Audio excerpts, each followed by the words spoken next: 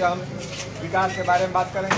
तो भैया बताइए, आप जीतने के बाद क्या क्या विकास करेंगे और क्या योजना है? बलिया से उम्मीदवार शंकर सिंह। देखिए, पहले तो मैं आपको ये बता दूं कि जो बरसों से अभी बलिया में ये डिमांड चल रहा था कि एनएच एकदम टूटी हुई है, उसके गड्ढे हो गए हैं, यहाँ से बैरिया जाने में बड़ी तकलीफ होती थी लोगों को। और आप देखिए कि मैं पिछले जब 10 दिनों से आया हूँ तो काम कितने तेज़ी से लगा हुआ है। और आपको मैं बता दूं कि हमारे 3 तारीख को यहाँ इलेक्शन है। आप 28 तारीख तक देखिएगा कि बलिया विधानसभा में जितना एनएच है उसमें एक भी गड्ढा नहीं रहेगा। ये हमारे आने से तो ये एक पहला उसका टेलर है कि जो बरसों से जिसके लिए अभी डिमांड हो रही थी कि भाई बलिया के लिए अभी एनएच नहीं बना, कितना इसके लिए यहाँ से लेकर दिल्ली तक प्रयास हो रहा था। और मैं आज कह रहा हूँ आपके चैनल के माध्यम से कि 28 तारीख तक बलिया विधानसभा में हल्दी तक कोई गड्ढा नहीं रहेगा, चमचमाती हुई एनएच आपको दिखेगी। और आने वाले दिनों के लिए बहुत बड़ा हमारे मन में बलिया के लिए हमारी प्लान है। कोई छोटे छोटे प्लान नहीं है, बहुत बृहद प्लान है कि अभी फेफना से लेकर के हल्दी तक एक हम बाईपास बनवाएंगे, जो रिंग बंधा भी होगा, 4 लेन का होगा।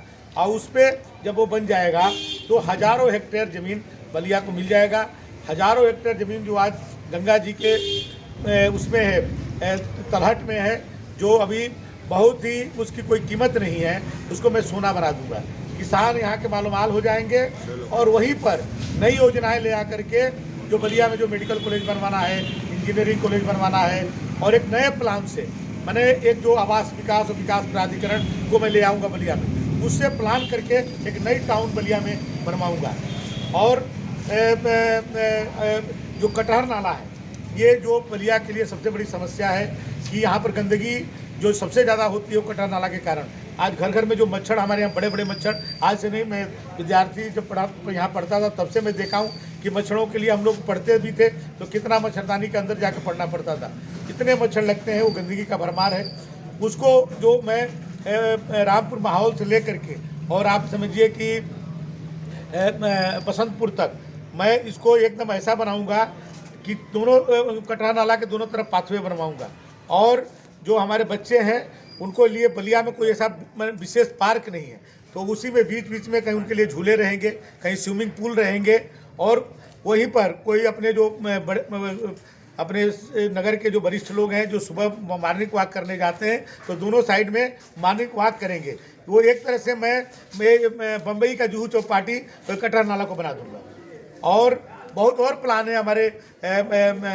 भृगु बाबा का जो है हम लोग के पहचान है पूरे विश्व में कि जहाँ भी बलिया के लोग रहते हैं कि आज 4 की संख्या में भी रहते हैं, तो वहाँ जब बोलते हैं, चाहे वो अंडमान हो और चाहे हिंदुस्तान के, चाहे गोवा हो और चाहे विश्व के किसी कोने में बलिया के लोग रहते हैं, तो जब वो उनको कोई अच्छा कार्य करना होता है या उनकी कोई खुशी का इजहार करना होता है तो भृगु बाबा की जय बोलते हैं। लेकिन मैं ये चाहता हूँ कि भृगु बाबा का मंदिर विश्वव्यापी मंदिर बने, एक कि यहाँ जो हमारे जितने बलिया के लोग हैं जो पूरे विश्व भर में भृगु बाबा के अनुयायी हैं वो यहाँ आए और भृगु बाबा के जो उन्होंने जो उनका महत्व है उसको समझें। इससे बहुत सारे प्लान है मेरे। और सबसे पहले विद्यालय के लिए क्या प्लान है? देखिए, विश्वविद्यालय तो बना हुआ है और मैं उसको जो भी उसके विस्तार के होगा, हमारे जोगी जी ने उसके लिए बिल्डिंग दिया, उसके लिए 67 पद, जो 100 साल पुरानी यूनिवर्सिटी से मैं पढ़ा हूँ लखनऊ विश्वविद्यालय से, उसको भी ये सम्मान नहीं मिला कि 67 प्रोफेसर का पद एक साथ मिला हो। ये उत्तर प्रदेश का पहला विश्वविद्यालय है, जननायक चंद्रशेखर विश्वविद्यालय, जिसको योगी आदित्यनाथ जी ने एक साथ इतना 67 प्रोफेसर का पद दिया है। ये उत्तर प्रदेश के इतिहास में पहली बार हुआ है। लेकिन मैं यहाँ पर एक एग्रीकल्चर का बहुत बड़ा जो है मैं इंस्टीट्यूट बनवाऊँगा। यहाँ एक किसान, क्योंकि खेती पर ही ज़्यादा हमारे बलिया के लोग आधारित हैं, यहाँ कोई कल कारखाना नहीं है, तो एक एग्रीकल्चर से संबंधित यहाँ इंस्टीट्यूट होना चाहिए। हमारे मामा जी MLA थे पहले, मैनेजर सिंह नाम था, वो किसानों के प्रति उनका बहुत रुझान रहता था, वो किसान मेला लगवाया करते थे। कुमारगंज से बहुत सब कृषि वैज्ञानिक बुलाते थे। मेरी बहुत इच्छा है कि उनकी इच्छा थी अंतिम, वो पूरी नहीं कर पाए थे, उसको करूँ। यहाँ एग्रीकल्चर विश्वविद्यालय बने या एग्रीकल्चर के उसमें और क्या इंस्टीट्यूट हो सकते हैं भारत सरकार से, उसके लिए हम लोग माननीय मोदी जी से कहेंगे। जी हम विकास के बारे में बात करेंगे। तो भैया बताइए, आप जीतने के बाद क्या क्या विकास करेंगे और क्या योजना है? देखिए, पहली तो मैं आपको ये बता दूं कि जो बरसों से अभी बलिया में ये डिमांड चल रहा था कि एनएच एकदम टूटी हुई है, उसके गड्ढे हो गए हैं, यहाँ से बैरिया जाने में बड़ी तकलीफ़ होती थी लोगों को। और आप देखिए कि मैं पिछले जब 10 दिनों से आया हूँ तो काम कितने तेज़ी से लगा हुआ है। और आपको मैं बता दूँ कि हमारे 3 तारीख में यहाँ इलेक्शन है। आप 28 तारीख तक देखिएगा कि बलिया विधानसभा में जितना एनएच है उसमें एक भी गड्ढा नहीं रहेगा। ये हमारे आने से तो ये एक पहला उसका टेलर है कि जो बरसों से जिसके लिए अभी डिमांड हो रही थी कि भाई बलिया के लिए अभी एनएच नहीं बना, कितना इसके लिए यहाँ से लेकर दिल्ली तक प्रयास हो रहा था।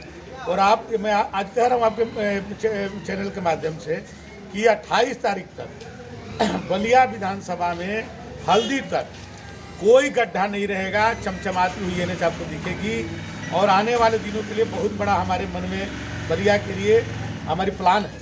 कोई छोटे छोटे प्लान नहीं है, बहुत बृहद प्लान है कि अभी फेफना से लेकर के हल्दी तक एक हम बाईपास बनवाएंगे, जो रिंग बंधा भी होगा, 4 लेन का होगा। और उस पर जब वो बन जाएगा तो हज़ारों हेक्टेयर ज़मीन बलिया को मिल जाएगा। हज़ारों हेक्टेयर ज़मीन जो आज गंगा जी के उसमें है, तलहट में है, जो अभी बहुत ही उसकी कोई कीमत नहीं है, उसको मैं सोना बना दूंगा। किसान यहाँ के मालूमाल हो जाएंगे और वहीं पर नई योजनाएं ले आकर के जो बलिया में जो मेडिकल कॉलेज बनवाना है, इंजीनियरिंग कॉलेज बनवाना है, और एक नए प्लान से मैंने एक जो आवास विकास और विकास प्राधिकरण को मैं ले आऊँगा बलिया में, उससे प्लान करके एक नई टाउन बलिया में बनवाऊँगा। और जो कटहर नाला है, ये जो बलिया के लिए सबसे बड़ी समस्या है कि यहाँ पर गंदगी जो सबसे ज़्यादा होती है वो कटहर नाला के कारण।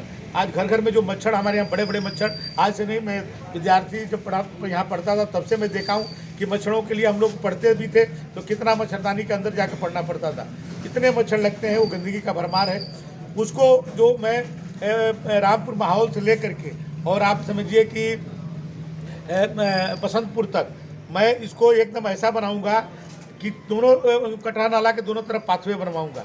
और जो हमारे बच्चे हैं उनको लिए बलिया में कोई ऐसा विशेष पार्क नहीं है, तो उसी में बीच बीच में कहीं उनके लिए झूले रहेंगे, कहीं स्विमिंग पूल रहेंगे।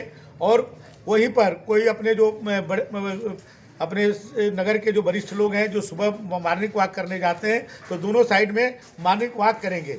वो एक तरह से मैं बम्बई का जुहू चौपाटी कटहर नाला को बना दूँगा। और बहुत और प्लान है हमारे। भृगु बाबा का जो है हम लोग के पहचान है पूरे विश्व में कि जहाँ भी बलिया के लोग रहते हैं कि आज 4 की संख्या में भी रहते हैं, तो वहाँ जब बोलते हैं, चाहे वो अंडमान हो और चाहे हिंदुस्तान के, चाहे गोवा हो और चाहे विश्व के किसी कोने में बलिया के लोग रहते हैं, तो जब वो उनको कोई अच्छा कार्य करना होता है या उनकी कोई खुशी का इजहार करना होता है तो भृगु बाबा की जय बोलते हैं। लेकिन मैं ये चाहता हूँ कि भृगु बाबा का मंदिर विश्वव्यापी मंदिर बने, एक कि यहाँ जो हमारे जितने बलिया के लोग हैं जो पूरे विश्व भर में भृगु बाबा के अनुयायी हैं वो यहाँ आए और भृगु बाबा के जो उनका महत्व है उसको समझें। इससे बहुत सारे प्लान है मेरे। और सबसे पहले विद्यालय के लिए क्या प्लान है? देखिए, विश्वविद्यालय तो बना हुआ है और मैं उसको जो भी उसके विस्तार के होगा, हमारे जोगी जी ने उसके लिए बिल्डिंग दिया, उसके लिए 67 पद, जो 100 साल पुरानी यूनिवर्सिटी से मैं पढ़ा हूँ लखनऊ विश्वविद्यालय से, उसको भी ये सम्मान नहीं मिला कि 67 प्रोफेसर का पद एक साथ मिला हो।